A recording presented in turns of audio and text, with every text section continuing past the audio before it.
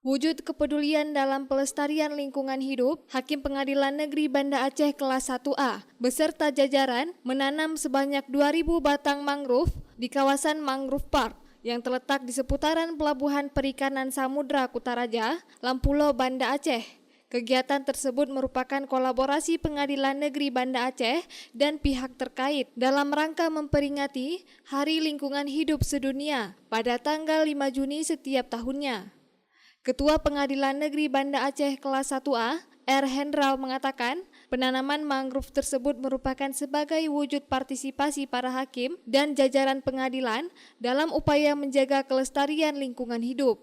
R. Hendral juga berpesan kepada seluruh masyarakat untuk menjaga kelestarian alam karena hal tersebut merupakan tindakan penting dalam mempertahankan keseimbangan dan menyelamatkan alam dari dampak perubahan iklim. Kegiatan ini kita rencanakan semula hanya 1.000, tapi tadi rekan dari pemangku mengatakan akan meningkatkannya menjadi 2.000, akan dilanjutkan penanamannya setelah kita lakukan simulasi.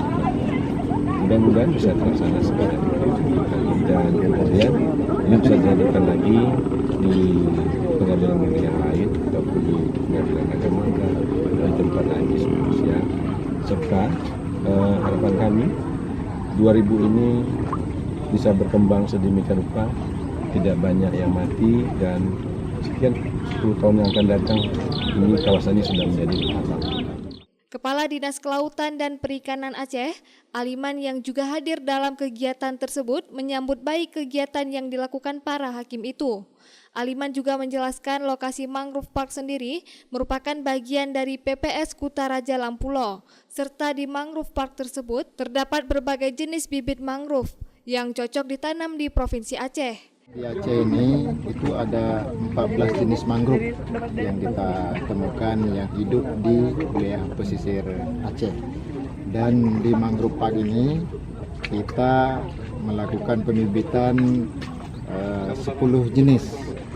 Ya, jadi kita harapkan 10 jenis ini bisa hidup di kawasan kita di Mangrove Park ini, sehingga dia bukan hanya sekedar menanam, juga bisa menjadi semacam edukasi bagi anak-anak kita, bagi adik-adik kita para mahasiswa, dan bagi pihak-pihak yang ingin belajar mungkin tentang mangrove, bisa datang ke Mangrove Park.